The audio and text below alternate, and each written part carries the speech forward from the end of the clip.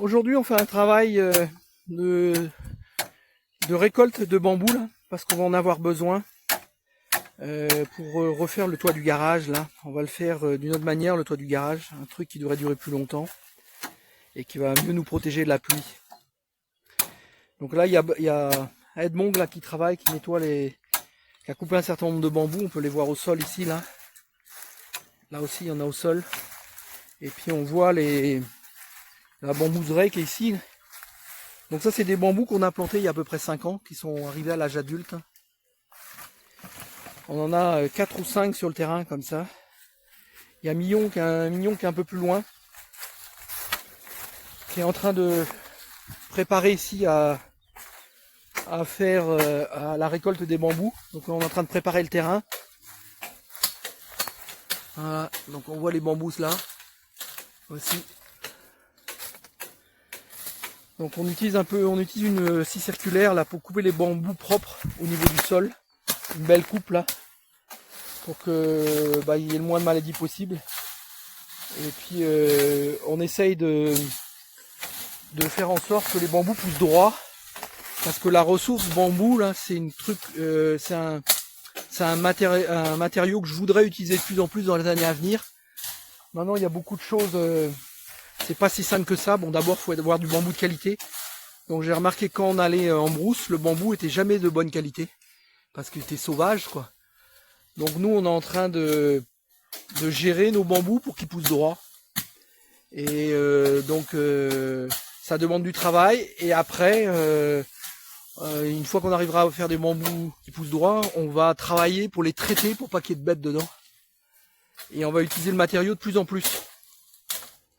Donc aujourd'hui, on va récolter, je pense, une 50aine de pieds de bambou pour nos toits. Donc on va utiliser une autre technique pour faire le toit du garage. Il avait été fait en papeau là, mais bon, le papeau a l'inconvénient de mal tenir au vent. En tout cas de la manière dont il a été posé. Il tient mal au vent pour plusieurs raisons. D'abord, il n'y a pas eu de protection. Il aurait fallu peut-être mettre un filet ou quelque chose par-dessus le papeau, un vieux filet. Et puis les morceaux de ferraille là qui ont été utilisés pour fixer le papeau, c'est du ferraille qui s'oxyde. Au bout d'un an, ils sont tous partis, puis le papeau il bouge, quoi. Donc on avait le choix, on a 3 choix pour faire le toit. Soit avec du papeau, refaire avec du papeau, soit le faire avec de la tôle, soit le faire avec une bâche en plastique. Donc j'ai fait une calcul de coût. La bâche en plastique coûte quasiment 10 fois moins cher que la tôle. Et elle coûte 2 ou 3 fois moins cher que le papeau. Et la bâche en plastique a un gros avantage. C'est que de la manière dont est fait notre toit, on n'a pas besoin de refaire les linteaux et tout ça. On peut le poser directement sur notre les bois, la charpente, quoi. Tandis que si on voulait mettre de la tôle, il aurait fallu refaire une partie de la charpente. Donc il aurait fallu racheter du bois en plus. Donc le prix n'aurait pas été 10 fois plus cher, mais peut-être 15 ou 20 fois plus cher. Donc on va expérimenter, on va le faire en plastique. J'ai regardé sur internet, il semblerait que ça puisse tenir à peu près entre 5 et 10 ans. On va faire un test. Et en tout cas, ça ne coûte presque rien. On fait qu'avec des ressources locales. Et au niveau esthétique, c'est sûr que c'est un peu moins beau, mais bon, je suis pas à ça près, honnêtement. On va le voir à l'utilisation. En tout cas, c'est très peu cher. Et ça va être bien étanche. Et c'est rapide à faire. Donc,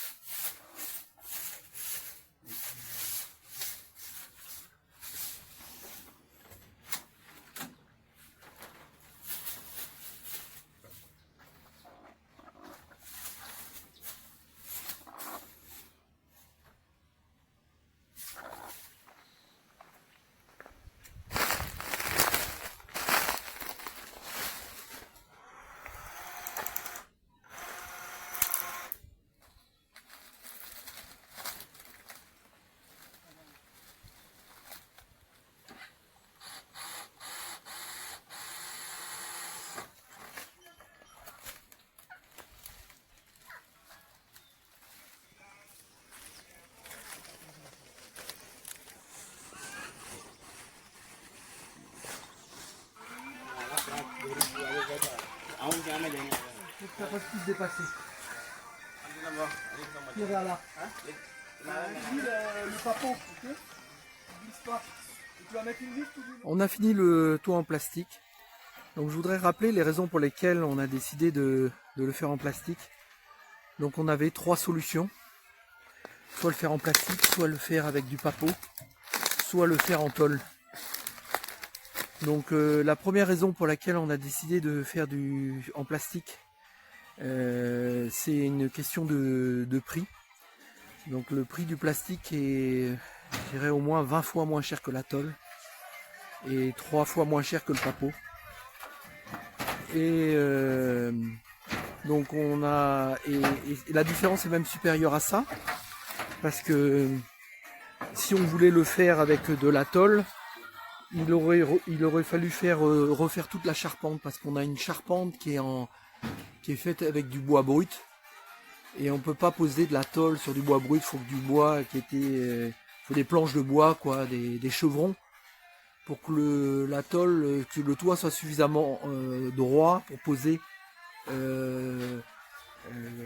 que la charpente soit suffisamment droite pour pouvoir poser la tôle. Donc là, ça aurait pas été possible. Donc si on avait voulu faire la tôle, non seulement il aurait fallu payer 20 fois plus, mais en plus il aurait fallu refaire la charpente. Et donc au-delà du prix aussi, il y a le temps. Donc là, le toit, on l'a refait en 2 jours. Si on avait voulu le faire en papo, il y aurait eu au moins 2 ou 3 semaines de travail. Et en tôle, allez, au moins 1 semaine ou 2. Donc bon, maintenant le plastique, bon, il y a plein d'inconvénients aussi, hein. C'est moins durable que la tôle, et que probablement qu'un papo aussi bien posé. Esthétiquement, c'est moins joli aussi. Par contre, ça a des avantages aussi. L'avantage comment s'appelle, du plastique, par rapport au papo, par exemple, le papo, il y a toujours de la poussière qui tombe, parce que le papo se désintègre, comment s'appelle, pas se désintègre, mais se désagrège avec le temps. Et donc il y a des poussières de papo qui tombent toute la journée, tous les jours. Donc, on voit bien au sol, il y a beaucoup de poussière dans la maison quand tu as un toit en papo. Donc plastique, il n'y a plus ce problème-là. Il y a un autre avantage aussi avec le plastique, c'est les termites. Les termites adorent le papo. Donc en plastique, tu n'as plus ce genre de problème. Voilà, donc maintenant le plastique, on espère que ça va durer 3 ans. On a essayé de faire une technique de pose qui était quand même, je dirais, plus professionnel que ce qu'on peut voir les toits en plastique dans la région. Là, on a fixé le papo avec du plastique, avec des vis. Donc ici on peut voir là il y a des vis avec des capsules là comme rondelles. On en a mis partout pour bien tenir. Et sur le dessus, on a mis des lattes en bambou pour bien plaquer, avec des vis aussi, hein, des lattes en bambou. Donc on espère que ça tienne 3 ans. Bah, peut-être qu'on aura la surprise de voir que ça tient 5 ans. Mais en tout cas, ça nous permet d'avancer rapidement et de ne pas être retardé pour les travaux suivants, parce qu'on a beaucoup de travail à venir. Et donc je voulais pas perdre trop de temps avec ça. Y a un autre problème qu'on a rencontré avec le papo, c'est qu'on est une région très exposée au vent. Et le papo, tel qu'il est posé ici, avec le vent, il se soulève et on est obligé de monter sur le toit, le remettre en place, puis il est esquinté chaque fois, et puis après il y a des fuites. Et il y a un autre problème qu'on a vu aussi avec le papo, c'est qu'il pose le papo avec du fil de fer galvanisé, et au bout d'un an, le fil de fer galvanisé, il a disparu, il a rouillé, et donc le papo, il bouge sur le toit. Donc,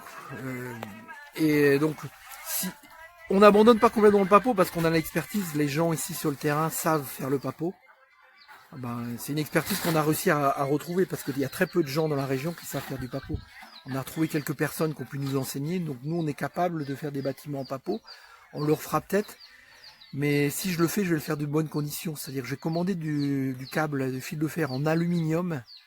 J'en ai déjà acheté une petite bobine sur Amazon, mais il faudrait que je commande maintenant une bobine de 500 mètres en Chine.